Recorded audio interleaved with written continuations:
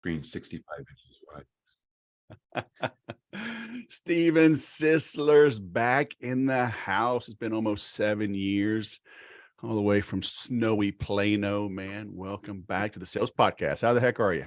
I'm good, man. It's freezing out. I moved from Boston to Texas thinking it was not going to be cold. It's worse. Dude, we've been at 32 degrees last few mornings. Sitting here with a heating blanket on my lap. That's crazy. To turn the heat on because of California just raised our prices like 200%. Yeah. Oh, dude. I was California this past weekend, as you know. I know, and you didn't call me. I know. Yeah, I see how you me are. and my wife just wanted to go to the beach for a couple of days. It was still pretty chilly, huh? It was, yeah, but it was fun. A lot of eating out. Well, if you'd have called me, okay, see that right this hand? Yeah. Okay, that's meteorology. Okay. If you would have called me, I could have told you when to come to have perfect weather, but you didn't. So you know what? I hope you had fun in the cold on the beach. How's that? It wasn't bad. Yeah, we both did our morning routines right on the beach. It was wonderful. Very nice. So you analyzed me 7 years ago on my podcast. Okay. You're the author of several books. I've got one here, The 4 People Types and What Drives Them: Mad, Glad, Sad, Scared. We talked a little bit back then on like DISC assessments and where they fit, and how maybe that's the foundation of what you do, but like you're kind of weird in a good way, right? And how you freaking read people. Is that safe to say? Yeah. No, we do things. We're unconventional. There's no doubt about that. I understand DISC. I know what that is, and everybody understands it in its basic sense. But I created a DISC model based on John G. Geyer's work, who was the originator of the DISC. Him and Dorothy E. Downey wrote the book Energetics of Personality. So that's kind of the DISC Bible, I would say. But I did a lot of research and even found his original algorithm and created it. So our DISC is sort of like, if you take a DISC, they have all kinds of animals and, these kinds of things. They're very basic. So if they're a Chevy, we're a Tesla. So we go very, very deep, and our wording is raw. In other words, it's not like, oh, you're a lion. It's like, you were molested when you were 10. Not really, but it's that deep. It goes deep, and it uncovers attitudes, the way you respond to adversity, how you handle conflicts, how you maintain allegiance in a group if you think you're right and you're wrong. Like, it's very detailed. We don't sell assessments like an assessment seller. We're axiologists and we are behavioral analysts. So anyone who gets an assessment from us gets a Zoom call that we go through it and explain what's going on and how their thinking habits are working or not working. They don't just read the assessments on their own. We don't do that. Nice. So we use the tool to get the analysis so that we can help them get better at whatever's going on. So what is axiology? So axiology is the science of value. So axiology is a theoretical science based on mathematics, originated with Robert S. Hartman. So most people will know that, if they're familiar with assessments, as the HVP, or the Hartman value profile. So here's how axiology works. Human beings live in a three-dimensional world. The three-dimensional world is made up of, number one, all conscious creatures, so humans and animals. Number two, all useful things that humans and animals use that make their life better. And then three, systems. The systems piece has two components. The systems piece is both abstract and concrete. So an abstract system is language. Concrete language is the pronoun John. So the systems piece encompasses politics, religion, language, math, science, all these concepts, right, that we originate in our minds. And then we justify why things we believe need to be the way they are, rather than verify if that's the way it should be. And all humans do this. So what we're able to do is once you go through the axiological assessment, we know how you think, we know how you value each of those dimensions against each other. So the axiological sequence of things should be people first, things second, systems third. So if you reverse it, systems first, things second, people last, you end up with religion. And so the system is more important than the person in it. If you put people first, you end up like Jesus, who says, fuck your system. Right? Yeah. So it's a really cool concept, and it works really, really well as far as understanding how people are going to think. So if I'm a systematic thinker, then I know that my process is going to be so important to me that I'll be so concerned about doing what I think is right, I will probably do the wrong thing. And so it's that kind of a thing. And then the other three dimensions are who I am, what I do, where I'm going. So there's two worlds. There's the outer world, and then there's the inner world. So they run on the same concept. Useful things, intrinsic value, human, me, and my system of thinking, right? So it should be me first, what I do second, and then why I do it third. Now people get that messed up. And so who I am means I have intrinsic value. That value cannot be scaled. I'm not a better person than I am the day I'm born or the day before I die. I am the same all the time. If that were not so, I wouldn't let you out of the burning car unless you had a job. Right? So it doesn't matter what you do. It's who you are that matters. So that has to be number one. Number two, what we do. That's our functional value. You're really strong. Can you help me move this desk? But if you can't help me move the desk, I don't take you out back and shoot you because you still have value, right? So the third dimension is why I do it and where I'm going. That's future. So I'd say most of the people in the database do this backwards. Where I'm going is number one, what I do number two, and who I am number three. The problem with where I'm going is that's future, and there is no such thing. Can we talk about that real quick though? Yeah. About people doing it backward, because you're right. I mean, it's the rat race, right? People, driving a car they can't afford, to a job they don't like, to pay for a house they don't live in, to impress people they don't know, that kind of thing, right? Yes, absolutely. And it's like, why? How did we get here, and how do we flip the script? Well, it's human nature. Okay, humans are pack animals. And so we seek solidarity, we seek tribes, and the bigger our tribe, the more accurate we believe we become.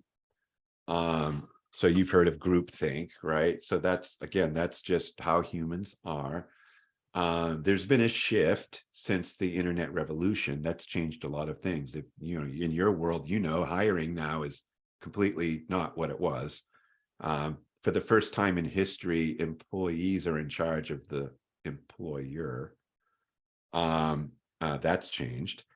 What do you mean by that? Because you still see, I mean, like right now, as we're recording this, right, there's layoffs every day. You see LinkedIn, they track who's laying off, and everybody's laying off. Banks, high tech, Google, well, right. on So, and on and on. So that's true, right? So here's what I mean. I had a company I've worked with them 8 years. The average client sticks with me 7.5 years. So they were an 8-year client. They hired a girl right out of university. She's about 24. Everyone who comes into the company goes through our battery, which is 4 separate assessments, and they go into the system in the company. They have their own dashboard. So any correspondence and work we do with anybody, we just go to the numbers and see, okay, here's how we work with this person. So no big deal. She saw a word in the assessment she didn't like. She said it set her off on her whole day. She couldn't work the rest of the day. And the company let me go after 8 years and 150 profiles in the system for fear that she was going to sue them. So the 24-year-old is the CEO of that company right now. HR, nobody could do anything, but let me go. Twice we've had to upgrade words in the system because people complaining to HR that they can't work when they see them. That's a new world. Yeah. That's a different world. So I've been slowly moving to personal work. Just to avoid that issue. That it is avoiding it. But what I'm doing is I'm going to I'm more working. Well, I've always worked with the owners of these companies. I'm no longer going through the HR service, the gatekeepers. That's been in process. Now it's not at all. Except for this one last one I got, because if I'd known that lady for 8 years, I worked with them at Beach Nut Foods for 8 years. So we're close enough to where I was able to get in. But now my next talk is with the owner, the partners. So I have had to change everything in order to keep in step with the way the world's moving, and it's moving very rapidly. And again, humans adjust, right? We will adjust. Everything will shake out, and then it'll be different, and that'll be the way it'll be, and then the past will be forgotten. Mm-hmm. And that's life, right? Everything we see has been here before. It's only been long forgotten. King Solomon. So it just changes. It evolves, but you have to move with it, or you're going to get left behind. Yeah. You know. Or if you stay still long enough, it'll just circle back to you, and you'll be seen as a leader. Yeah, right. Yeah. We're wearing bell bottoms, right? So and it took 40 years, a generation. So going back to that though, like people, putting systems and things ahead. Like I was talking with my kids the other day, my daughter, she's 18. She graduated high school early. She wants to do a little world traveling before she starts college. Mm-hmm. And she's looking at Europe, and we were talking about France in particular. Mm-hmm. And I've had a little bit of interaction with some French companies over the years. They were subsidiaries of companies I had worked for, and they have I think they might be down to a 35-hour work week. But they'll take long lunches, like a true siesta, 2 hours, they'll shut down. Like we couldn't fire people in France. Like it was an ordeal. You had to help them find another job. And that's Canada right now. Yeah. So are other nations as backwards as we are? Yeah. So I have a company that has some offices in Canada. They can't fire anyone. It was going to cost them hundreds of thousands of dollars to shut the office down because they got to basically pay everybody off. Mm-hmm. So they kept it open. Anyway, it's been years of trying to get this right. Anyway, it's fixed at this juncture. But that's definite. I'm of the opinion it's definitely coming here. Mm-hmm. Now, I think a lot of people do get taken advantage of in employment. So I see it as a form of a necessary evil. I think people need to be protected from, look, all the psychopaths are at the top. Yeah. That's my mantra. So they got to be protected, because if humans could get away with it, they'd be enslaving 4-year-olds. So it's just the nature of people. They're not good at the core. Well, and it is a pendulum, right? Because it's like unions. I grew up, my dad was in construction and he worked union for a while, but as I came of age, he was on his own. So then unions were the bad guys. But you're right. I mean, looking back, 4-year-olds, 8-year-olds, I mean, they were working, coal mines and, just horrendous, Oh yeah. So axiologically speaking, people are seen as things, as useful tools, right? That's a thing. That's where slavery comes from. Slavery is because humans are viewed as merchandise, right? So who views them as merchandise? Other humans.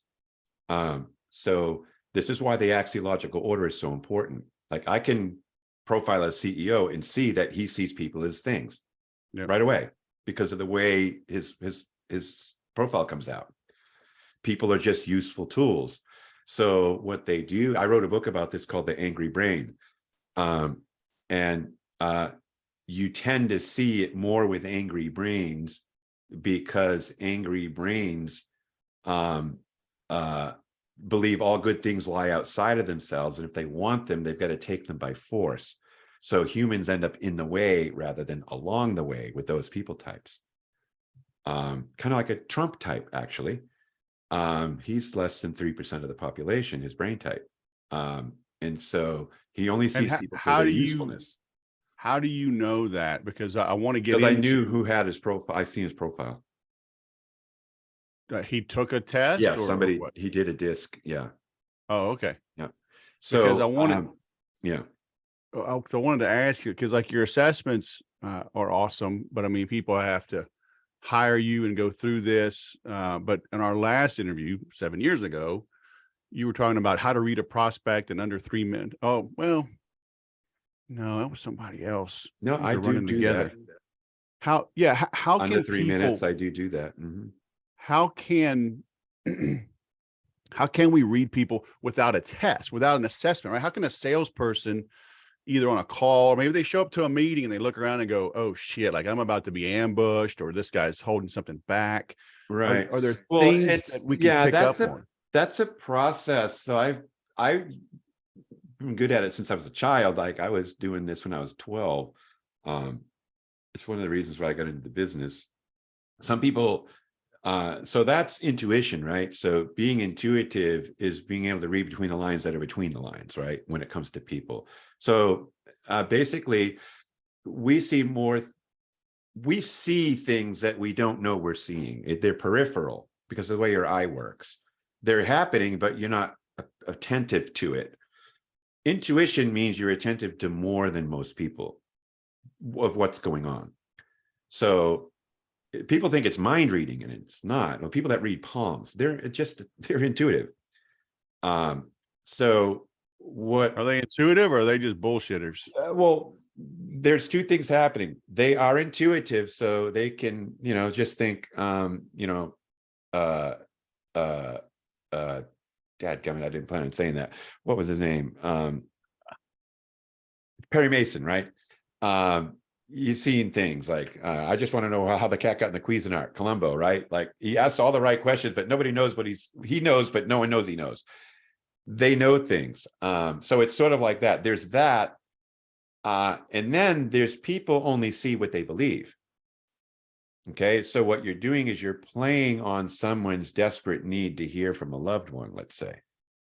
So if you just say, well, I can get in touch with them for you, they don't want that to happen. They need it to happen. Right? So because of that, it happens. So again, we see what we believe. You see this in all faiths. And Christianity is a great example of this. If it's good, it's God. If it's bad, it's the devil. Right? So this is how we frame the world. We frame a world that makes sense to us. And what makes sense to us is what we see. What we see is what we understand. What we understand is what we think we know. And so people are able to play off of that. In other words, the brain doesn't verify if what it's doing is accurate. It only justifies why it does it. So if you can find a person that'll agree with you, then they'll believe you. It's just that simple. So it's like mind tricks. So people that are really good at manipulating, like sociopaths, for instance, they tell you exactly, they'll tell a woman what she wants to hear. Bundy was terrific at this. He could go to the beach and in 15 minutes, Ted Bundy. Oh, Bundy. Yeah. He could go to the beach and in 10 minutes spot all the vulnerable women. So he had what's known as crystal clear clarity in intrinsic values, which means he could look at human beings and he could know if they were gullible by the way they walked. Okay. So I'm really good at this. I can look at people and I could say, okay, that person's a patient brain type. They're very low dominant. Are you saying I should turn my video off because you're sizing me up? No, I feel very naked and exposed right now. But you see, I could look at somebody and just watch their mannerisms, listen to them talk, voice inflection, where their eyes are looking. and then get a read real quick. And then I would adjust the way I'm doing and saying things in order to accommodate what their brain is looking for and can handle. And now I'm in a position for them to hear me, whatever it is I'm saying, because I'm quote unquote speaking their language, right? So you've heard of the love languages, the 5 love languages, right? So a person who their love language is meaningful touch and words of affirmation, let's say. How do you get into their life? You praise them and touch them. And now they're open to you and what you are saying. If you praise and touch them in the right way, you can lie your face off to them and they'll still believe you. And the reason being is because you're stroking that part of their brain that needs affirmation and that needs affection, that needs to be touched. And when you do that, it's like rubbing the gator's belly and the alligator is now safe when it's not safe at all. So this is kind of how it works. And so, you know, a lot of salespeople are good at this. They'll walk up to you in the parking lot. You're looking at a car. They look in your car. They see clubs in the back.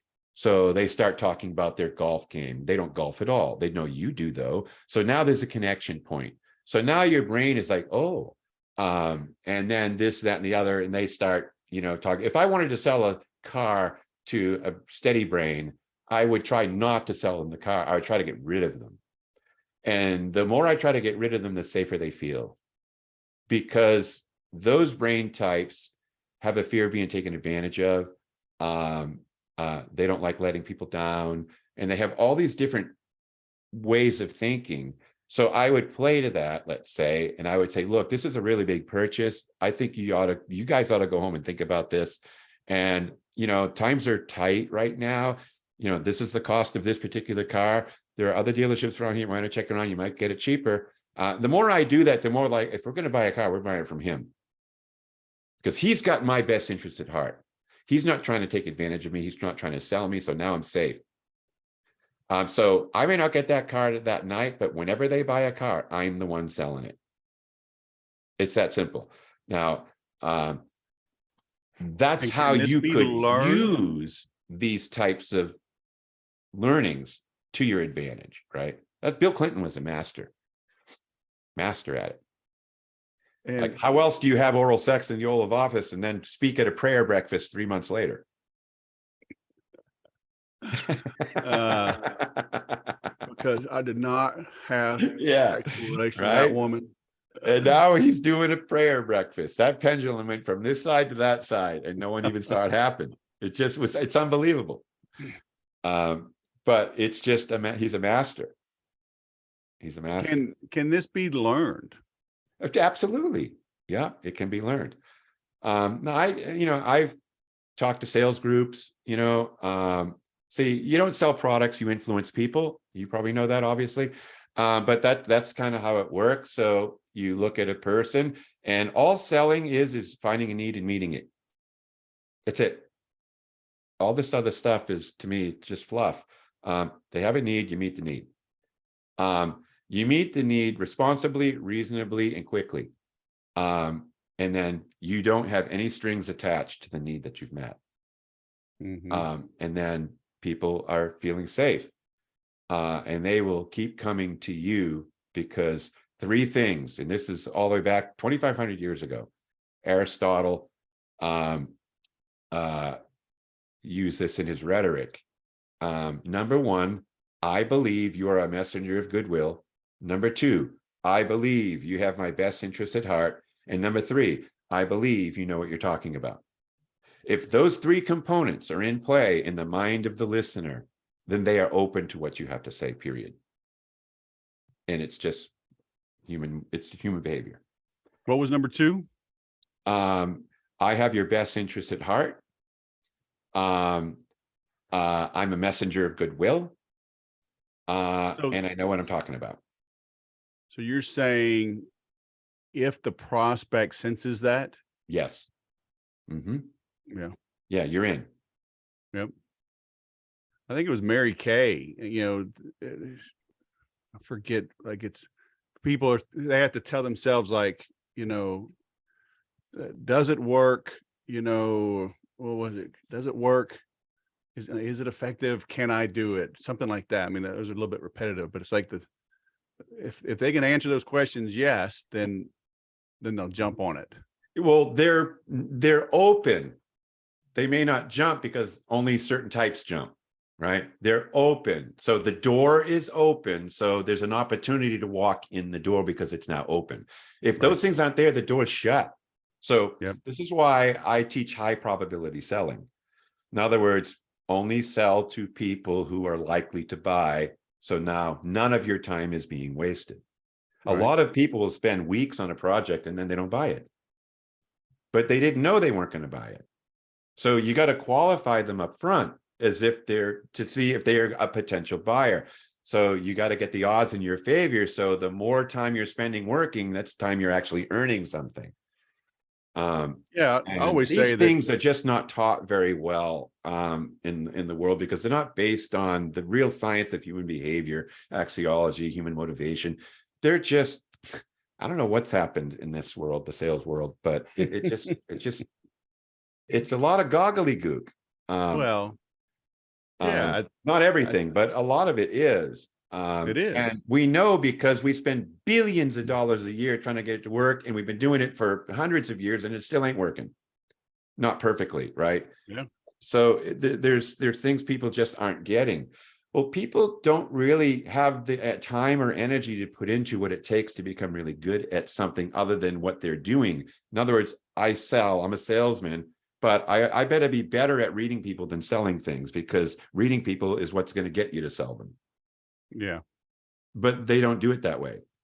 They want to be better at selling things and less better at reading people.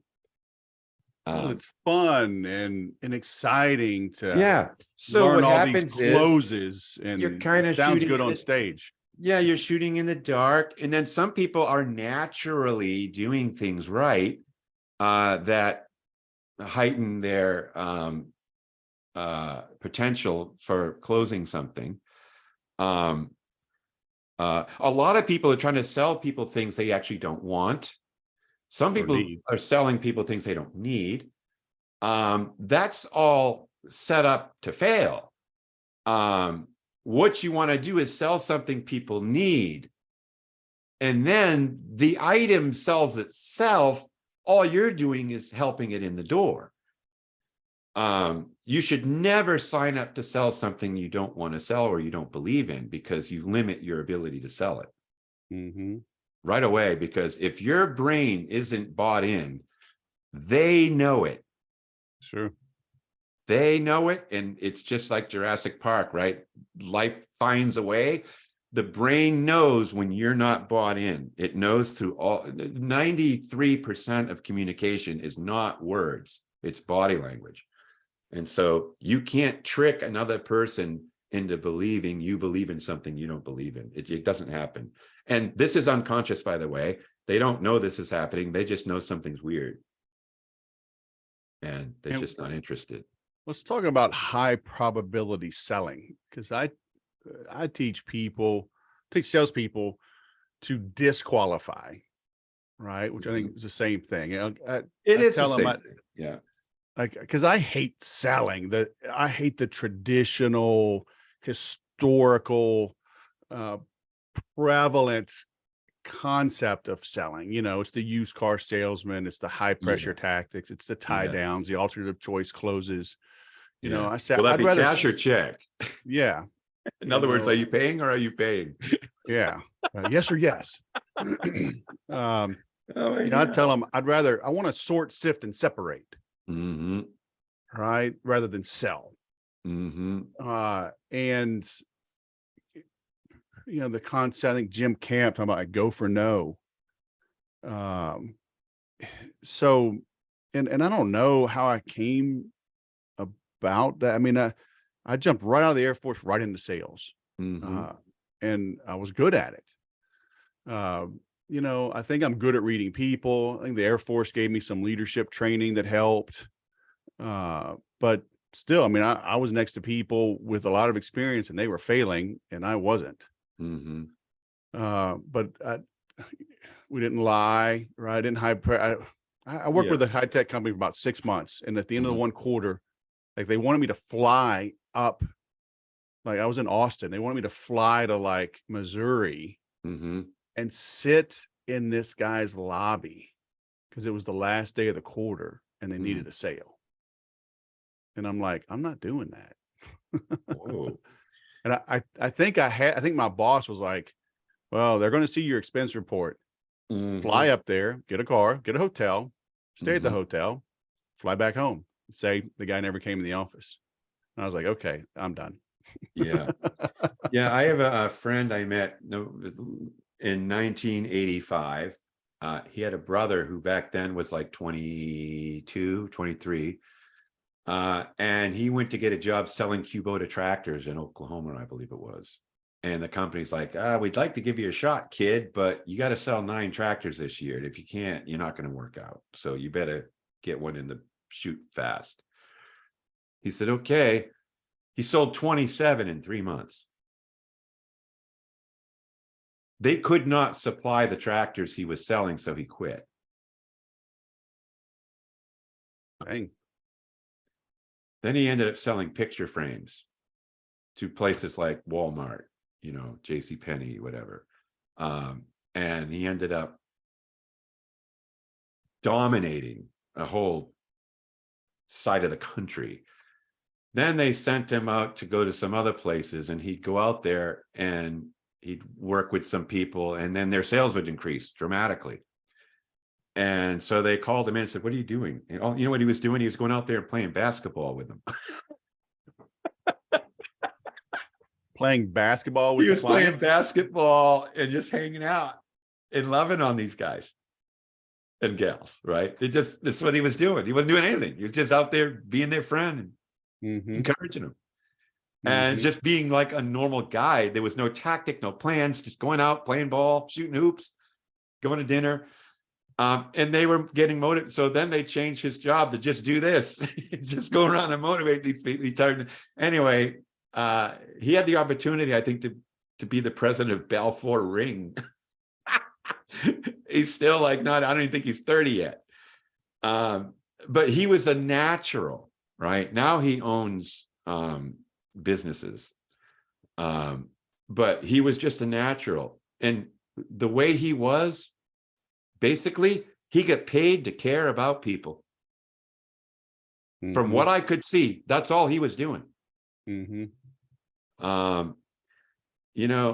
Why do people stay with me average 7.5 years when most people in my industry are one and done? Right? Because I'm at their house watching Last Samurai with their kids. How I does work that with how how does that work though? Because there are a lot of salespeople that are not successful because I see them, they are just professional visitors Mhm. and the sale never comes about. Um, I mean, this sounds wonderful, and I think I do this to a degree. I have clients for a long time. I'm friends with most of my clients. They're happy to, usually they're buying me drinks when I see them, Mhm. so that's a good indicator. Mhm. Um, Okay, I can but tell you. Why doesn't somebody want something I have?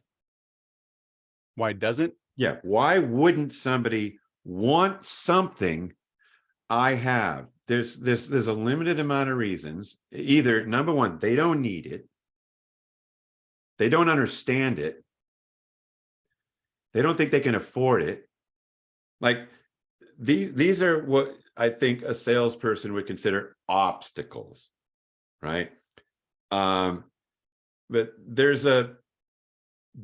what you're presenting to me is not worth any energy on my part to invest in it, to risk trying it.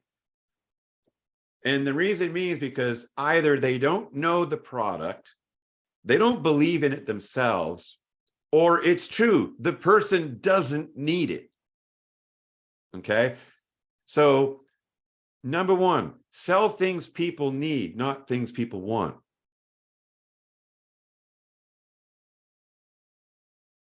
Okay. Okay. And So, look, okay, but let's stick with that, because I've seen this so many times. Sales training. Most companies I run across need sales training. They don't want it. mhm, Somebody doesn't want it. I'm dealing with a company right now. Unfortunately, I've got a champion on the inside mhm, that is helping move things along, mhm, because the VP is overwhelmed. mhm. Um, and that, this person says they want me, they drag their butt because they're swamped.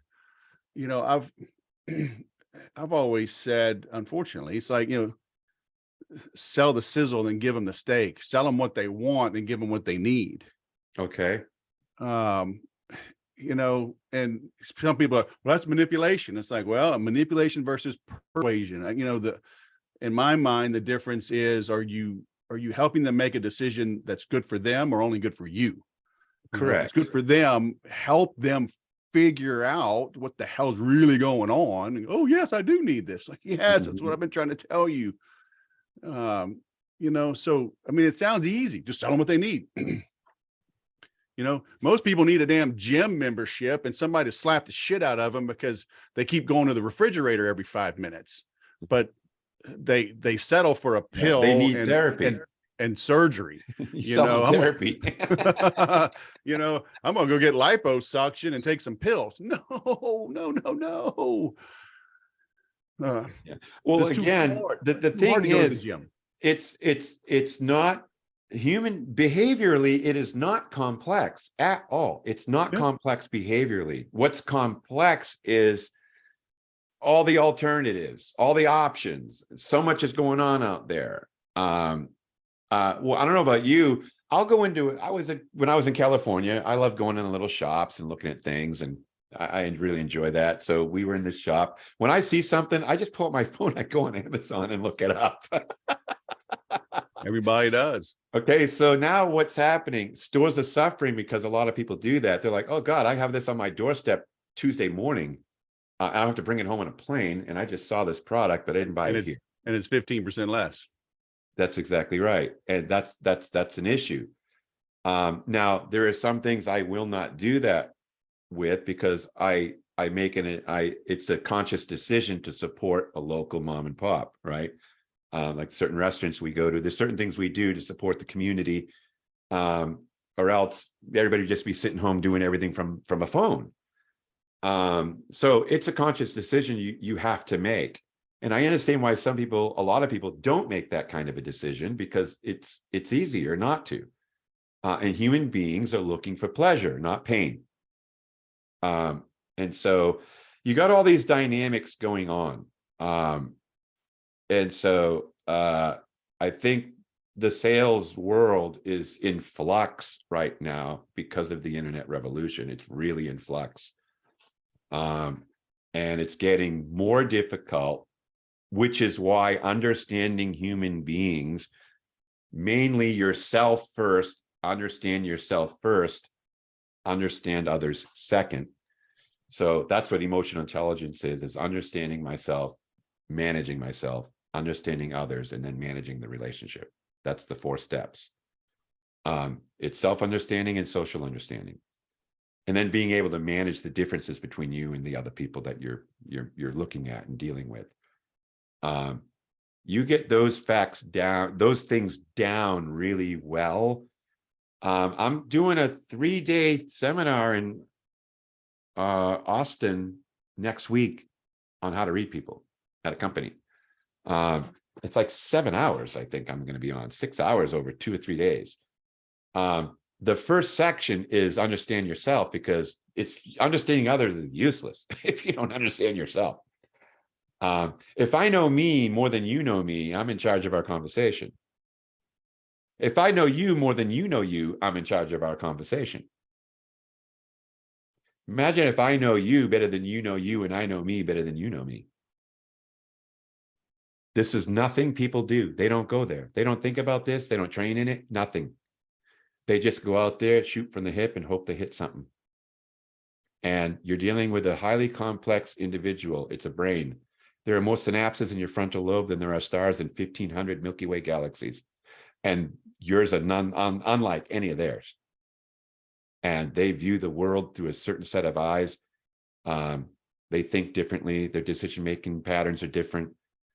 All these things. And the more you know, the better equipped you are to have a relationship with somebody, manage that relationship, get them to buy into your ideas and what you're thinking. It's super powerful. But people want things now. You know, I wanted to learn axiology before I wrote this book here. I studied it for 12 years. Every day for 12 years. And I've been using it for 7 years. So I studied it for 5 years before I implemented it into my own system. And I didn't just learn how it works. I learned why it works. Like, I know that there's transpositions, there's compositions, there's dimensions. I learned all the science of it. I learned everything about it before I implemented it. So the guy that knows how has a job, but the guy that knows why is the boss. So I know why axiology. Most people who sell an HVP assessment, they have no idea how it works, and they don't even know why it works. They just know this is what the answer is. It says this about you, but they don't know why it says that. Right? So if you know why it says it, now you're in charge of everything at that point. So the way I sell my service is I just take the decision maker, run him through the surveys, and then tell him how he corrects his children. And I had a guy who said, look, we just did this. We did this whole thing. It cost us 30 grand. It didn't work, blah, blah, blah, blah. I said, just let me do you. And then let me tell you some things about how you correct your child. So I did that. And I said, here's what goes on. I profiled his wife too. I said, your wife is the lawgiver. So she lays down the law. And you tolerate it because you live with her. And you want to keep living with her. So you make a concession. But when you and your son get out in the truck and you're driving away, you put your hand on his knee and you say, you know how your mother is. His next words were, you're hired. So okay, you can have that kind of knowledge. Isn't that 50% of men? Happy wife, happy life. Well, happy wife, happy life, but not all women are lawgivers. Right? So it's again, it's different. But you can learn enough without assessing people about what they're likely like and be close. And that can be good enough. It doesn't have to be perfect. It just has to be. But if we back that up, going back to the disqualifying people, and you had to sell him on even the idea of taking this initial assessment. Mm-hmm. So how do you get him, you know, because I gave him a consultation for nothing.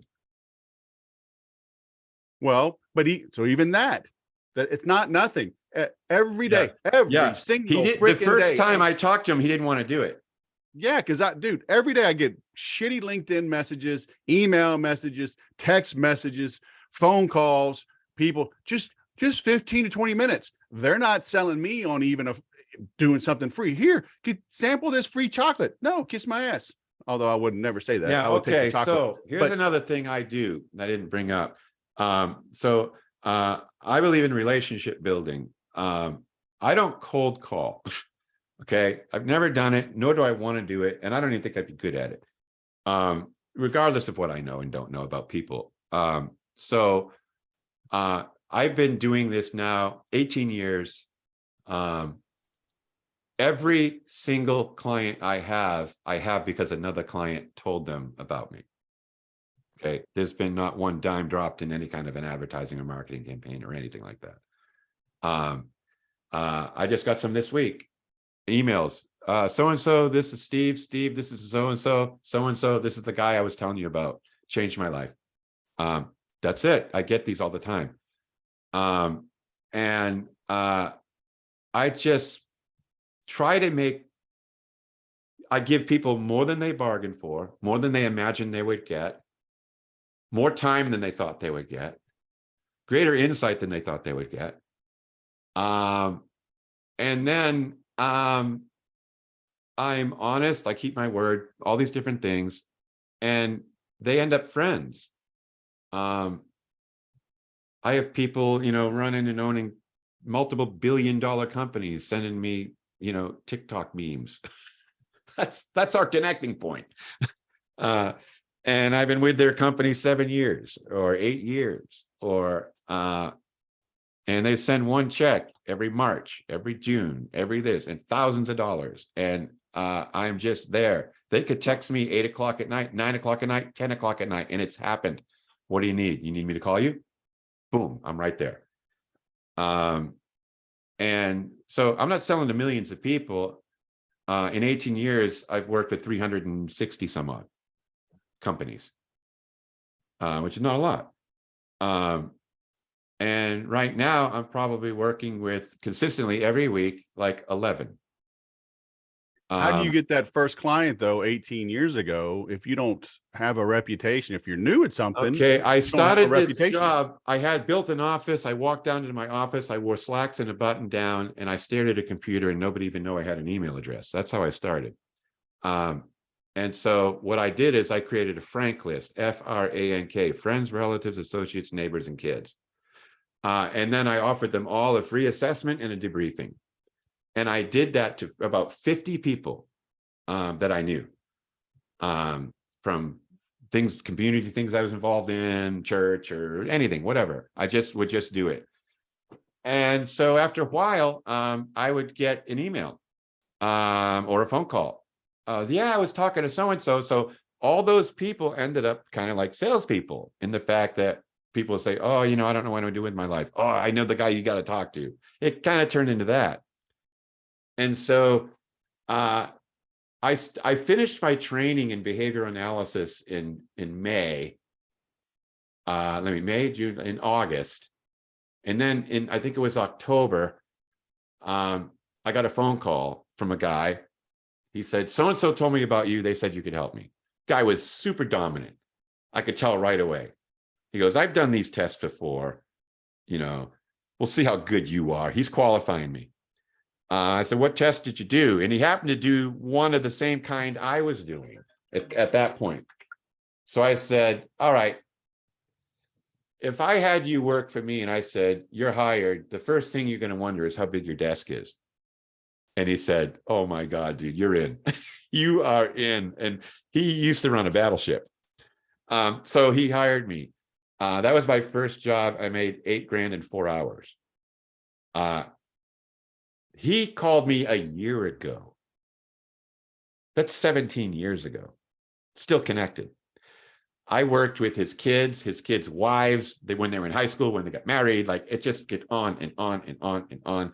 And then they told people and they told people, and it just kind of goes out like that. So I'm not selling copy machines, I'm kind of selling changed lives, right? And so it's just connecting with people, being very authentic, being more than they imagined, and being very passionate about what I do. And I'm excellent at it. I don't suck. Like that's a big one. Like you have to be really good at something. And that's a lot of what people lack. They're not great at it. Yeah. And in my opinion, I've had people come to me about their work, and I look, why are you doing this? I don't think you're good at this. And they're like, nobody's ever told me that before. They're waiting for permission to stop, because it wasn't working. But some people, they don't know what else to do. It's a check. 84% of people are waiting on their dream jobs. Like, I think a lot of salespeople, they don't like it. They don't really want to do it. And therefore, that is the one thing that's keeping it from happening in a big way. They don't realize it. They're not into it. They have to do it. And they don't particularly like it. Can the boss help? Like, would they like it if they had a good supportive boss, and they're just in a grind? Yes, they Because I've been in a would. lot of meat grinders. I've always loved sales. I've only done sales, but I Yeah. have quit a lot of Yeah. jobs because the manager was just a Yeah. piece of crap. Yeah. So I had a company in New York, and they're like talking about all the warehouse people, and they're like, "No, it's a problem. We can't keep it." I said, "Put in a basketball hoop in there. It's a big opening space. I've been out there. It's a big space. Put up a basketball hoop. Give them 15 minutes, middle of the day. Let's have a cool down. Let's have a game." They go, "Well, those are dangerous." I said, "Like forklifts?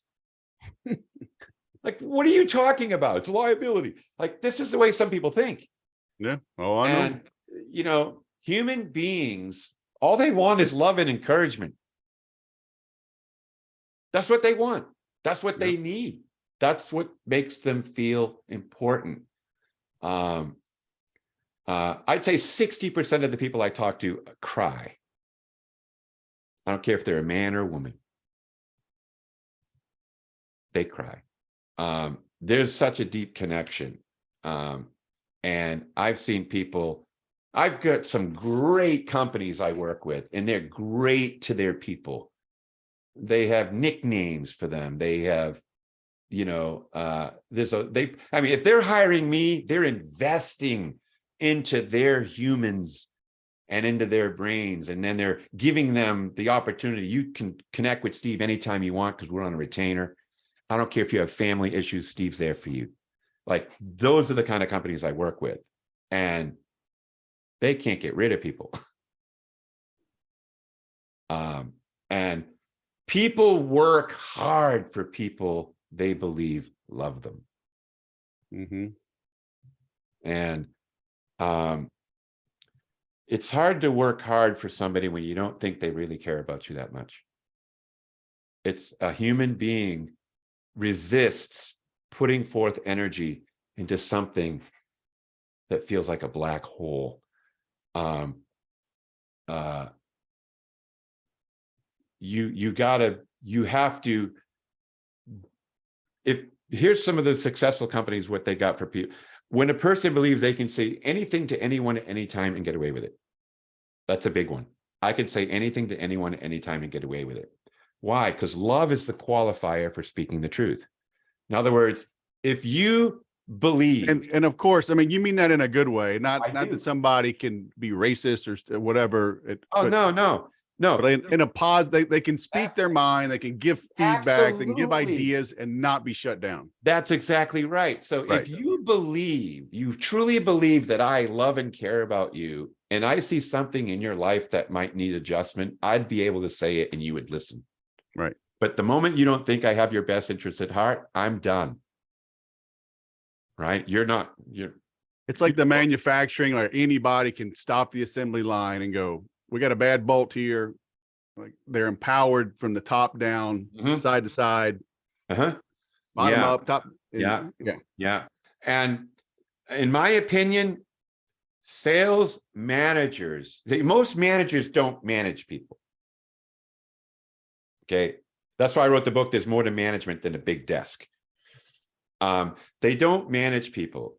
It's recruit, train, deploy, monitor, nurture. Right? It's military. Recruit, train, deploy, monitor, nurture. That's the model for any person, sales or not. There's no nurturing. There's no deployment. They're not sent. They're wandering. They're wandering around without a mission. Like, they don't really give them a mission. They're like, give them a quota. You to give a person a quota, the odds of them meeting it are slim. Because you can't cascade these things. You have to cascade meaning. I have another company, though I know so many companies in New York, a company in New York, and I was talking with the owner, and I said, the problem with your sales team is they're not doing meaningful work. There's no meaning. You just told me the story of your company and how you got here. How many people here know that story? Are they supporting that story? Are they feeling part of that story? So, are they sent out with a mission And then once the mission's complete, they know it. And then there's gratification at the end of that mission. There's a medal, there's a plaque, there's an affirmation for a job well done. Or is it just always never enough? You're not selling enough. Your numbers aren't good enough. No one wants to hear that. People want to know they are good enough. They do matter. And everybody misses some once in a while. It's okay. You do that, and you'll have people doing everything in their power to sell the shit out of everything so that they can please you. But this is not what's happening. They're afraid of you, and that's building on a negative. It's like trying to put a second story on an empty lot. You can't do it. People, this is 60 years of behavioral data in the workplace. People work hard for people they think like them. They will do over and above. They will stay late. They will do extra if they believe you like them. And we know there are some companies that are like that. They center in on the people, not the product. Because you won't have no product if you don't have any people. People have to be number one. People first, things second, systems third. And every company that wants to work with me, I said, this is what we're going to do. We're going to get you an axiological order. If you don't want to do that, I'm not working with you. If it's not people first, things second, systems third, we don't work together.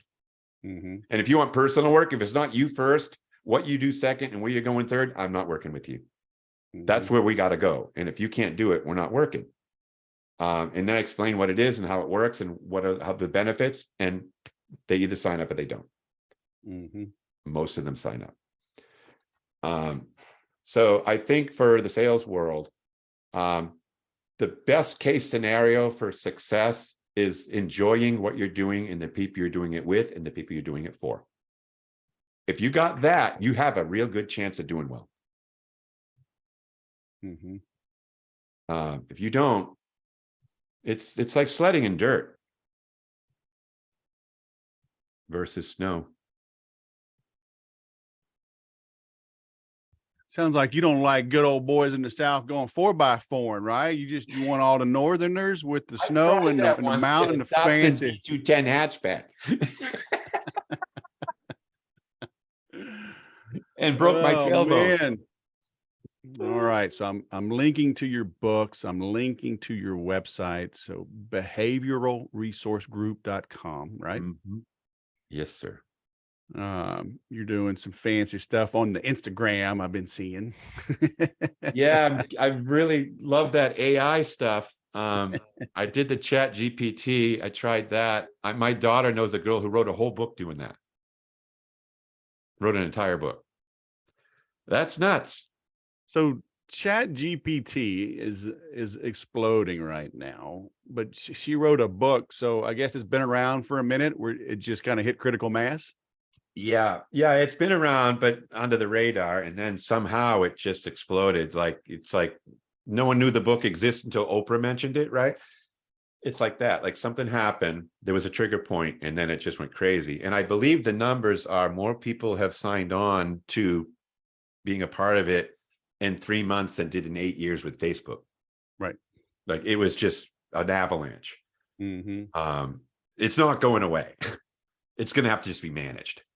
And now the art thing, the text to image, oh my God, I'm an artist. So I paint and I draw, and I've always done that, but I haven't had time.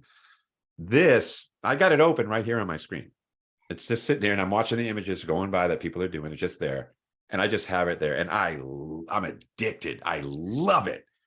Like I got to be careful. I might have to go to classes to get unaddicted to this. It's that strong. It's my wife's always looking at me. I'm on my phone, just like I'm drawing another image. I'm getting the AI to draw something. Like, honey, look at this, look at this. She's like, honey, I really don't care. I'm like, oh, I know, it's so horrible. But I got to be careful. But funny. It took my brain by storm. It's mind blowing. It's mind blowing. All right. A lot of people are afraid of it, and I'm just like, don't be afraid. It's going to change the world.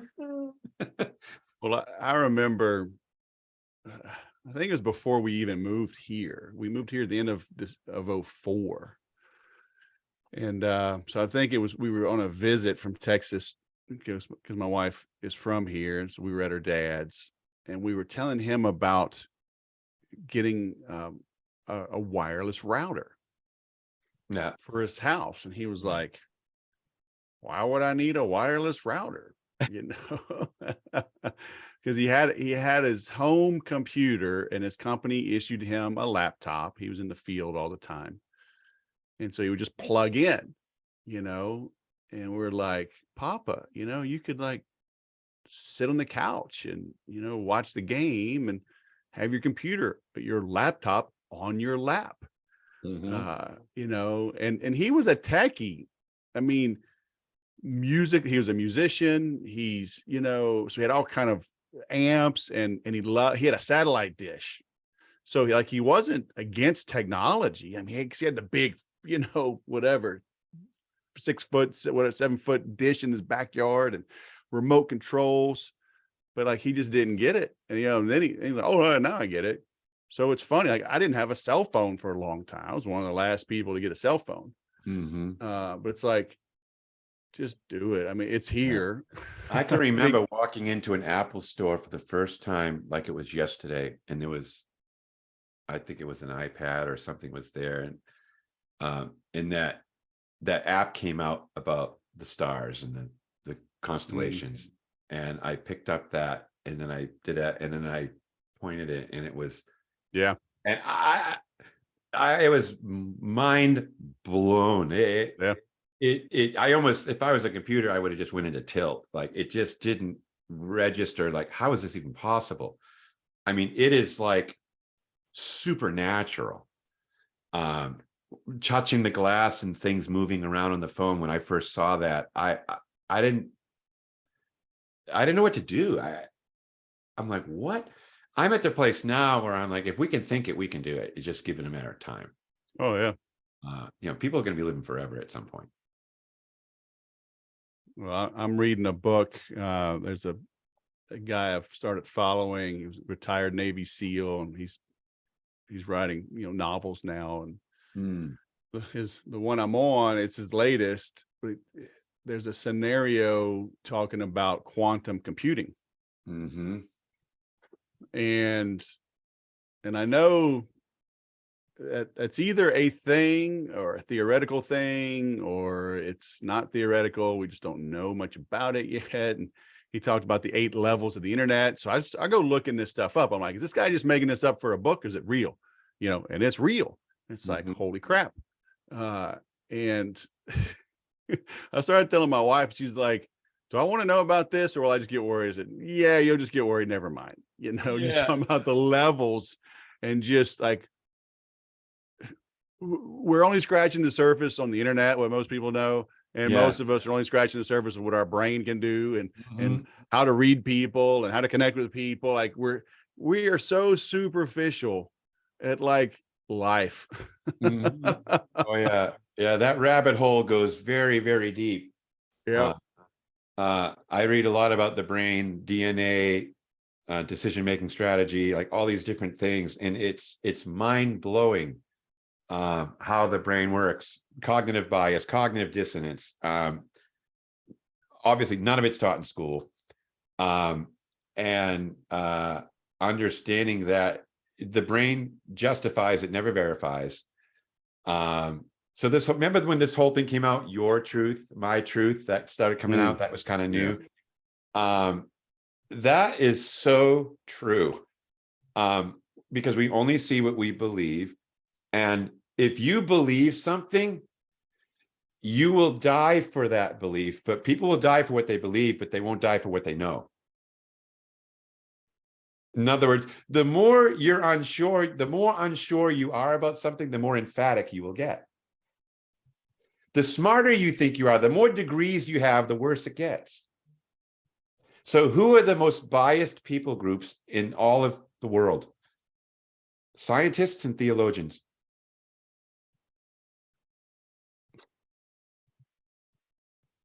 Listen to the science. Trust the science. They're the most biased groups there are. It's the opposite of what anyone thinks. Mm-hmm. And we just mindlessly going to work, doing our thing, and just like, oh, so-and-so said, and it's just like the odds of it being true Yeah. are not good. Yeah. Um, If they oh, have no concept, it's like just 50 years ago, 60 years ago, more doctors choose Camel for its smooth tobacco taste. I know. See, people do not verify. They don't go back and go, hold on a second. This isn't right. Humans do not do that. And the reason why they don't do that is because we wouldn't get anything done. Everything we do is only according to principles and according to patterns.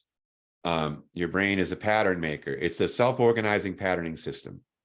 It's like a sandbox. So tilt the sandbox and then pour water in it. And after a while, we know where the water is going to go. That's how the brain works. So people have rivers in their minds based upon what they believe. And the only way to change your belief is to build a dam and change the river. And that's hard to do. So how do you create rivers? Well, when texting came out, you can see some of these young people texting with their thumbs. It's going a mile a minute. They're not even looking at it and they're not making mistakes. Well, they've created a full neural network around where your thumbs go versus where the letters and numbers go versus whatever else you have to do, to the point of where it's a complete memorized pattern. It's like playing the piano or the violin. And then it's clockwork. A basic way of looking at that is shifting in a car. So when you learn to do the stick shift, you're stopping and rolling. It's a disaster for a month or two. But then after a while, you don't ever remember shifting from this to there. You don't remember doing it. But you did, and you're working clutch and brake and gas, and you didn't even know what you were doing. It was automatic pilot, because it got into a pattern. You pour water in the brain, which is getting in the car and driving, and the water goes right into this canyon and just goes down that river, and you don't have to think anymore. You just act off of a pattern. That's why when you see a bunch of sentences in a paragraph and they're all spelled wrong, but the only letters that are correct are the first and last letter of each word, your brain reads it like nothing. Why? It's called neural gap filling.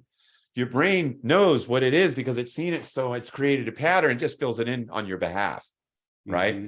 So this is what we do about everything. So I write about this in the Axiology book. When you think about Jeffrey Epstein, right, who died.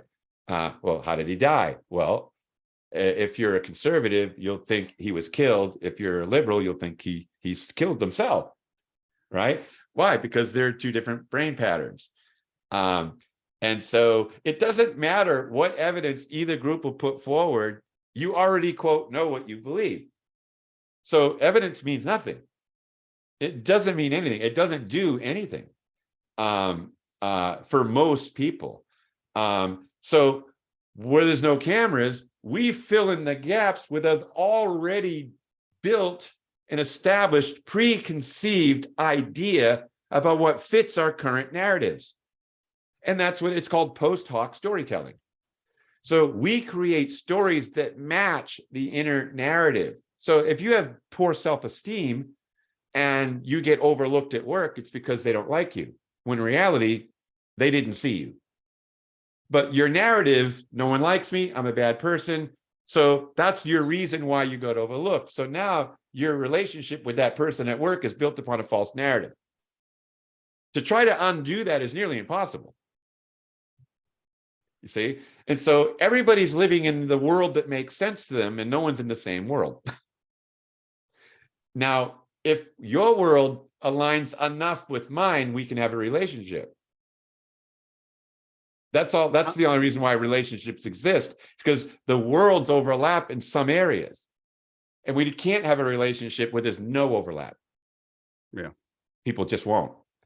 How do we know? How do we detect and thwart the Ted Bundys, the psychopaths, or even maybe not, but somebody not that bad, but they're a manipulator and they're trying to pull one over on us? Can we detect them and stop them in their own game? Yeah. So typically, you got to understand behavior 101. Here's what it is. People do things for their reasons, not yours. Okay. That's before we even have the conversation. Like, that's out of the gate. People do things for their own reasons, not someone else's reasons. And it doesn't matter who you are, how committed you think you are. None of that. Most people are benevolent because it makes themselves feel good, not because it helps another person. And you know this because most people give money overseas and they give to their neighbor. Right? So if these concepts were real, there would be consistency in the concept, right? I'm a very giving person. If I had $1 million, I'd give you $10,000. No, you don't give me a dime out of your fuck. So that ain't true. Like we have to stop believing things that keep us safe, anti-vulnerable, and out of a controversy. I'd say 60% of humans avoid controversy. So when you're dealing with a person in a position of power, CEOs, law enforcement, timeshare sales, surgeons, heart surgeons primarily, military, lawyers, clergy, humans are drawn to positions of power because they don't like who's driving. They don't like where the car is going, so they want to get behind the wheel and go somewhere else.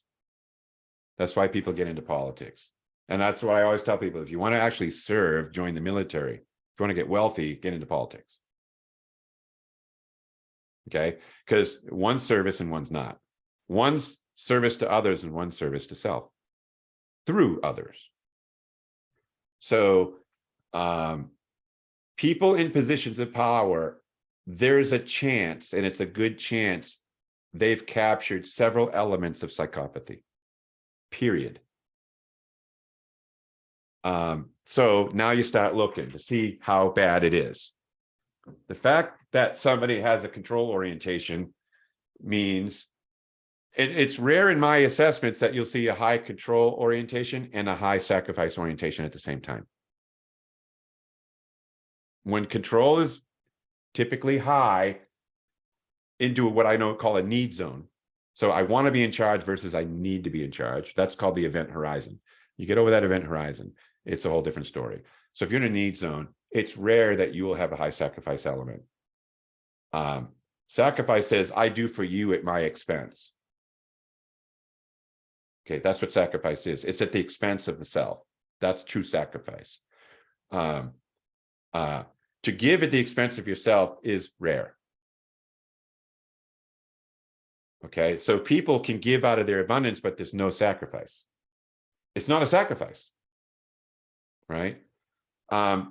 So it's not benevolent in its true sense. It just isn't. Okay, the story in the scriptures, right? The widow that gave all that she had versus these guys dumping out of their abundance, right?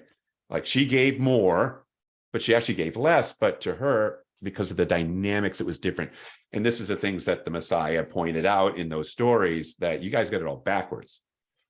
And so sacrifice is different. That's why I changed mine from altruism to sacrifice, because they're different. So you can care but be low sacrifice because you're conditional in your response. Look, I gave you money last time, you never gave it back. So why am I doing this again? Maybe you need help in managing your finances. So I'm not going to sacrifice mine for you because I have to be more conditional because I'm not helping you.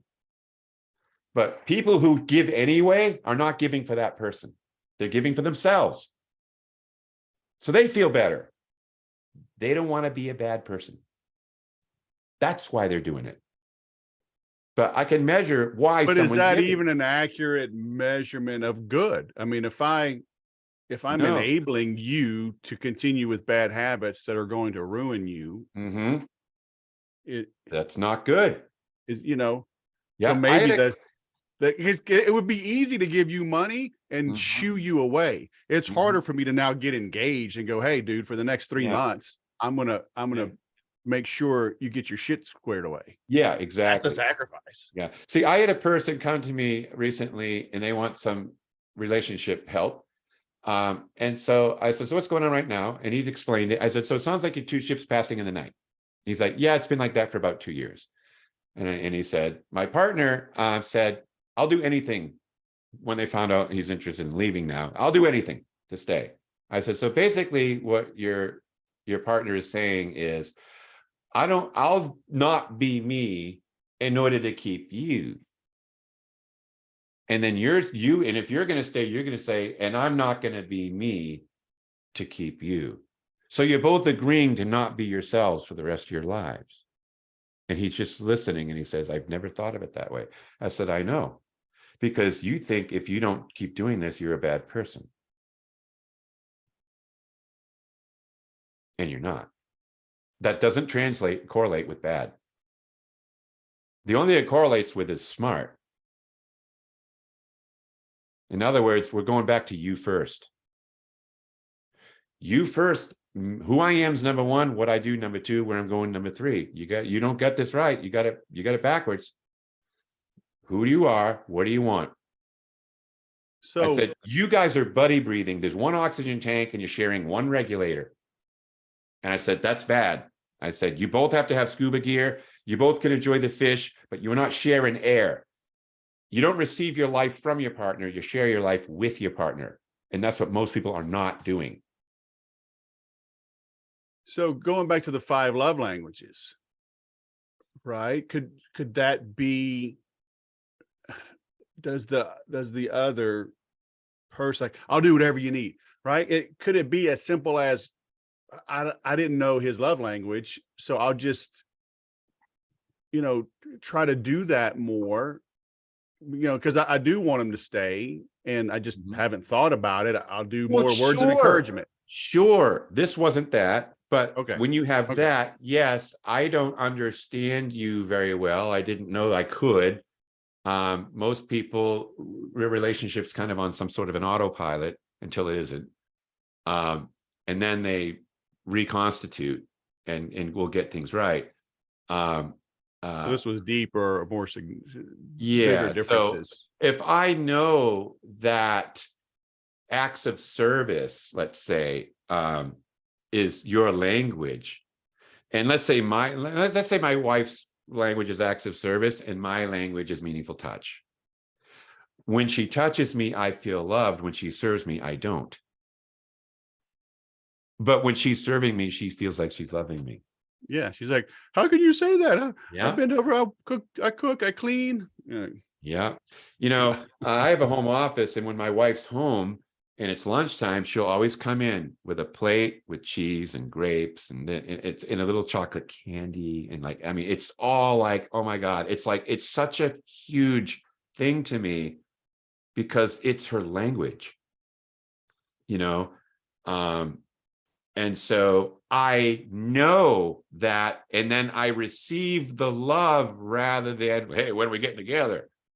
It's like, we just did, right? So I got to understand what getting together means for another person, let's say, and relax. And so this is how relationships last. They're built on deep friendship, repair attempts, and positive sentiment override. Like those are the concepts that create great, long-lasting relationships. And I've been working with relationships for 35 years with people. And John Gottman, who's basically the father of relationship behavior, he could watch you talk about money for 10 minutes and predict your divorce rate to the tune of 91%. It's incredible. Just based upon all the research and data he's got working with people in his love lab. Video, audio, watching them argue. And so life is work. Relationships are harder work.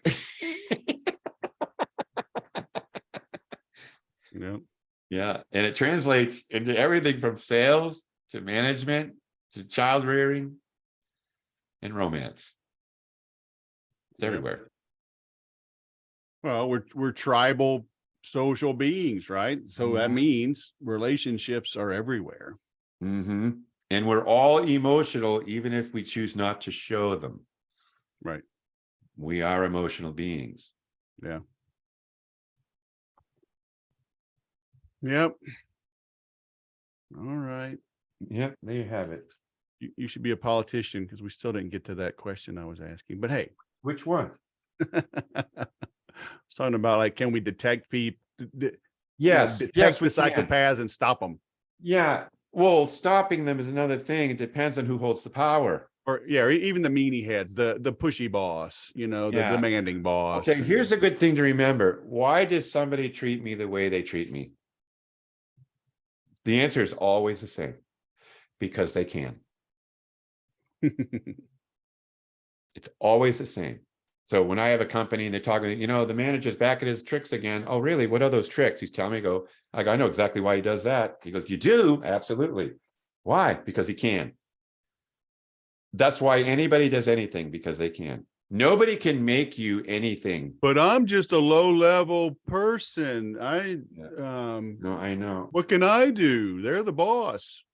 They've Yeah. been there 10 years, 20 years. I've only been here 2 years. I just drive the forklift. Yeah, I know. Well, look, a lot of people farm out their destiny to other people. That's why they don't go anywhere. Because your world and your life and your future are in your hands. And people say, you make me feel, stop, not possible. You make me feel stupid. No, you feel stupid when you're with me. I cannot make you feel stupid. I don't have that. There's no way on earth I can do that. There's no way I can do that. You make me feel this. You make me feel that. Can't do it. It's not possible. None of it. See, there's two systems we live in, a desire system or a deserve system. Most people live in the deserve system. I don't deserve to be treated that way. I don't deserve to be treated this way. Well, then the onus is on me to stop it. But if you say, I don't desire to be treated in this way, the onus is on you to not let it happen again. But nobody does that. You see, there's relationships are a three-legged stool: requirements, requests, and negotiations. These are my requirements. And if you don't meet them, we're done. It's that simple. Well, those are harsh requirements. I know. That's what I want to be happy. What are those requirements? Requests and negotiations. Requests are simply that, requests. Would you do me a favor and come with me to the store? I don't think I want to. Okay. But if she goes out, slams the door, withholds affection, doesn't talk to me that night, oh, it must have been a requirement. Couched as a request, and that's where it all goes to hell. Because people are afraid to make requirements because they're afraid that we won't stay with them. So they abandon their love for self so they can be loved by somebody else. And the whole relationship is on a track for death. Negotiations, my wife's great at that. Hey, sweetheart, you want to come with me to Target? Nah. How about we stop by the sushi place on the way home and have some sake? Okay, I'll get my shoes. That's a negotiation, right? It's just like that. A lot of people are doing things they don't want to do for fear of repercussions because they don't love themselves. That's the reason. I'm not important. I can't have what I want. And if I do, that's somehow bad. Okay. How's it working out? It's never working out good. So you got to fall in love with yourself, love the life you live, and then see if anyone wants to join you in your life, doing what you love to do. Now, once that's established, you could say, I want to do this too, or I'd like to abandon this and do that for you simply because I want to sacrifice it because I love you. You can do that if you want. You don't have to. And people come to me and they'll talk about the relationship. So I don't know what I want to do. I said, well, do you like this person? Well, yeah. well, what about this? What about, yeah. Well, okay, well, that's something you should probably work through. And then there's other times I'll say, why are you sticking around? You've been talking 20 minutes, you haven't said one positive thing. So there's 4 horsemen in the marital apocalypse. If you start seeing some of these horsemen, that relationship's over. I flew out to New York with this other company, and I'm out there on the porch with this couple, and like, fuck you, you son of a bitch. I'm like, okay, this is over. And they ended up divorcing, and I called it.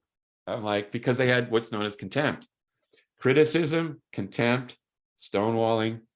Like, these are the horsemen. It's just terrible. When we have these signs, they're a sign that they're done. They can't go any further. They're not able to, but they hold on for what? For the sake of the children. Well, that doesn't work. Or for this or that, or to save face, or because I don't believe in divorce. Oh, but you believe in misery. Okay. It's crazy. I tell some people, you need a lease with an option to renew in this relationship.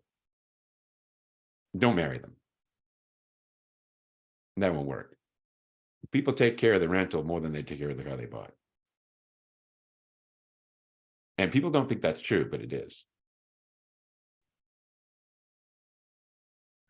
I know what you mean, because they fear the repercussions, but I also say nobody ever washes a rental. No, they don't wash a rental. But all in all, the emotional attachment is different with a rental than an owned car. You'll tolerate things. Let's say you're building a deck in your backyard. You cut the it's a little bit of a crooked cut. You're like, it's nothing in the world. But somebody comes and tries to build a deck for you and they do a crooked cut. You're like, hey, fix that. Yeah, that's not a rental though. No, I know, but it's the same. It's a concept. I use the rental as a concept argument for that. You got to return it, and you want to make sure it isn't wrecked because you're going to get dinged. Let's say, and I know there's all these nuances like, well, my credit card pays for that, and blah blah blah. I get all that, but I'm trying to get this concept across that if you believe this person is going to decide whether or not they're going to continue the relationship in 12 months, you're going to act different. It's just the way it is. But if you're living on the death do us part, you're fat and ugly now. And it doesn't bother you because we're in. There are a lot of people that seem to get in good shape after they split up. And so it's a concept. Some people don't do marriage well. And they cheat. They need change. There's all these different elements that create that. And so if I spot it all, I'll make that recommendation. Why don't you try a lease option? You do that for 4 years and it's working really, really well. Maybe you can talk about maybe a thicker bond. But otherwise, there was some people they lived together for 7 years, got married, were divorced in 1. Yeah. It's because there's something about the concept of commitment that their brain struggles with. Not that they can't be overcome, but they got to get some things fixed. Well, it goes back to they don't know themselves. Yeah, that's right. So back to the psychopath thing. It's not hard to see if somebody has your best interest at heart or they don't. It's not hard to spot. The best way to see if somebody's along those lines is watch how they interact with wait staff. Yeah. Like it's the old adage, see how they treat somebody that can't do anything for them. Right. That kind of concept. Yeah. Should that bullied, unappreciated employee try to improve things where they are, or just cut bait? I think more often it should be cut bait, in my opinion. Again, it's But so any how do they know that they're not jumping out of the frying pan in the fire? well, again, you have to weigh your options, right? Like a lot of people don't leave because they don't know where to go. And again, there's 4 scenarios. There's make things change, imagine things changing, hope things change, doubt things change. The people that hope and doubt don't leave. Fingers crossed, my boss will be better today. The people that make things change, you talk to me like that again, we're going to have a problem. That's how they deal with it. And now that person either stop doing that or they will get worse. And then you cut bait. Right? People who imagine things changing, they're optimistic about it. They keep thinking the next day will be better than the last. And they'll do that to a point. And then the same as hoping? No. Hoping is looking awfulness in the face and hoping it's going to stop at some point. So think about the movie 300 when all those arrows are coming at them and they hit underneath all the shields and just hope it would stop. Okay. Yeah, but they killed him. Doubt, don't they do got up anything. and killed him. Oh, they did finally, right? But hope and doubt don't do. They don't do. They're not active emotions. Hoping and doubting are passive emotions. Imagining and making are active emotions. They're forward emotions. I imagine what's next and then I make that thing happen. That's active. That's a visionary. They imagine and make. Visionaries, that's what they do. The people that hope and doubt, they hold the fort. The active brains take the hill. And if you want to look at an airplane, the active brains are the engine, the passive brains are the wings. So passive people keep it going, active people get it going. Right? So depending upon the brain type is going to determine what you're going to do with a bad person in your life. Mm-hmm. Depends on the brain type. The woman who's married to the same guy for 20 years and he beats her up every weekend. Right? She can predict it, so she's safe. What she can't predict is where she's going to live with 3 kids. So she stays. Because it makes sense and it's predictable. People will live with predictable pain versus unpredictable peace. Mm-hmm. But a certain brain type will do that. Okay. So it all goes down to how you're wired. So there'll be people that are wired a certain way. They could have a boss, this, that, and the other, and they do not leave. They just keep taking it until they run out of gas. And then they leave with a voicemail because they're conflict avoiders. Can you hypnotize me so when I meet my college buddies in a month for golf, I can get some unpredictable peace instead of my predictable hacking golf? I go take lessons, but I don't play much anymore. So it's funny, but I'm like, I know I'm doing this. I know how to stop it. Why don't I stop it? Playing the game. It's like, yeah, predictable pain. Yeah, you're doing it for the relationship. I'm a giver. I bring good bourbon, so they invite me back. Yeah, you're doing it for the camaraderie, the group, the being together. And but I still want to beat them. Golf is an excuse. I want to beat them because we talk shit for an entire year afterwards. Yes. Yeah, but it's all part of it. It's like smoking is more about holding it than smoking it. Right? There's more involved in your brain that it enjoys the pattern. That's why patterns are repeated. Because there's something we're getting out of it. It's meeting an emotional need. Yep. And so cool, man. Well, I heard your phone ringing. We've gone a long time. Yeah, no, it's fun. I have I blocked out most of my day today. I just needed a little break. You probably have like somebody in New York to talk to. That seems like I know, right? New York. It's hilarious. So many people have been in New York. So behavioralresourcegroup.com. Mm-hmm. People can what? You got a little quiz, you got a Yeah, they can PDF. take a little mini disc there. It's a little Take me through the one-pager, assessment. Yep. gives you enough to go, okay, that makes sense, right? It's a little thing. It's for nothing. But I do that to capture data. Yeah, if I take that test, then are you going to send the cops after me again? Because I mean, dude, they were after me. You're like psychopath, crazy dude. Should I use like a fake name? I'm going to use a VPN this time. And Yeah, a lot of people do that. I can tell they're fake emails. Yeah, and I get because here's what they think. They think there's strings attached to that free assessment, and the thing is, there's one about me. There isn't. You go in there, you click, you fill out your name, your sex, your heritage, whatever. You got to do that kind of for the government. You just do all that, and then you're in there, and you're done, and you get it in your email immediately, and no one ever calls you. Like you don't get. You know how many people I've got their email addresses? Tens of thousands. I've never sent out any bulk anything in 18 years. Everyone who takes an assessment with me, and I've done over 45,000 of them, I've never used the email. Dang. Why don't you just say hi? Nope. I don't. I do not. I hate solicitation of any sort, so I don't do it to others.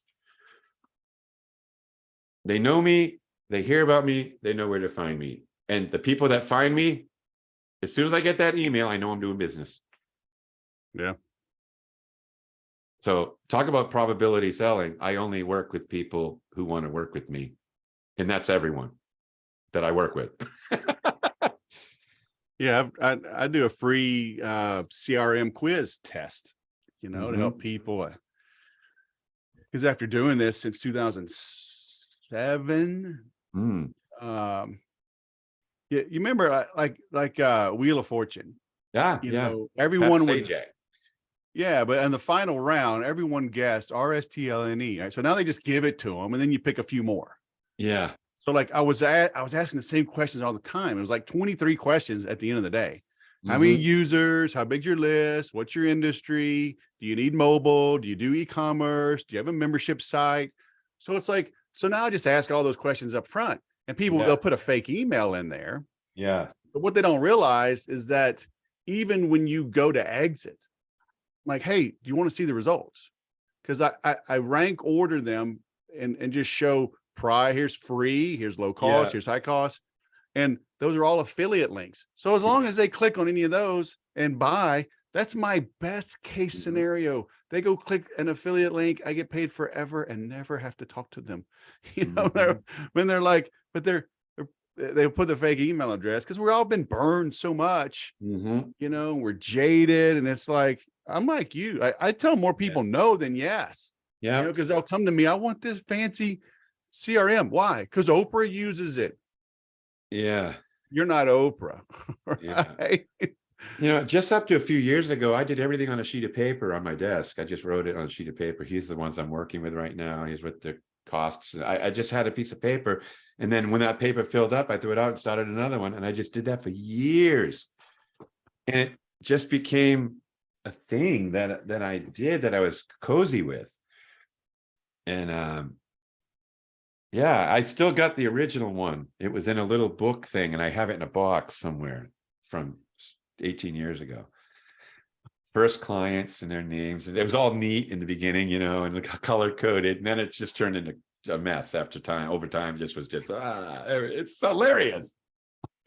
It's like a little journal. Yeah. Oh my gosh. Yeah. I'm going to message your wife. I'm going to tell her for, I don't know, Valentine's Day is coming up. I want to have her get you one of those back scratchers. Yeah, she did. She got me this one and she got me the other one. Oh, you got to get the long wooden one, man. You can come from the top and get the whole thing. Telescopic because you can adjust it. See? Whoa. Oh, there you go. All right. Now we're talking.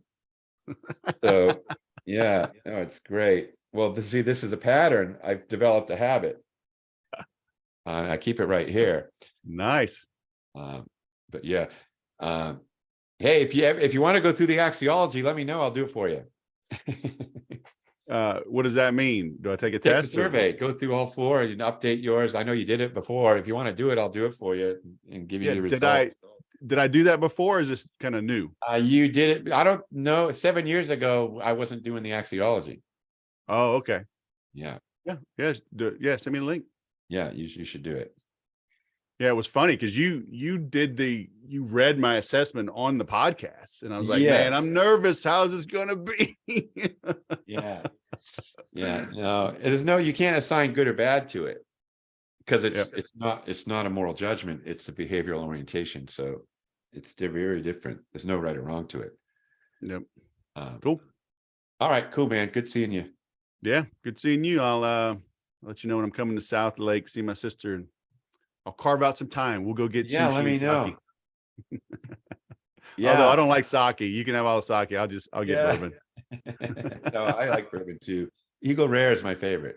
Oh, that's not a bad one.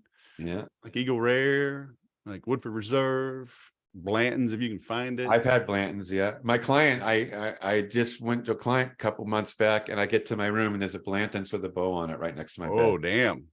Yeah. They like you. Yeah. Oh yeah, I get all kinds of goodies from clients. It's great. They're awesome. Good stuff. Yeah. Well, I'm gonna go eat a late breakfast. I'm hungry. It's probably lunchtime. All right. Hey man, have a good one. All right, man. Good to see you. You too.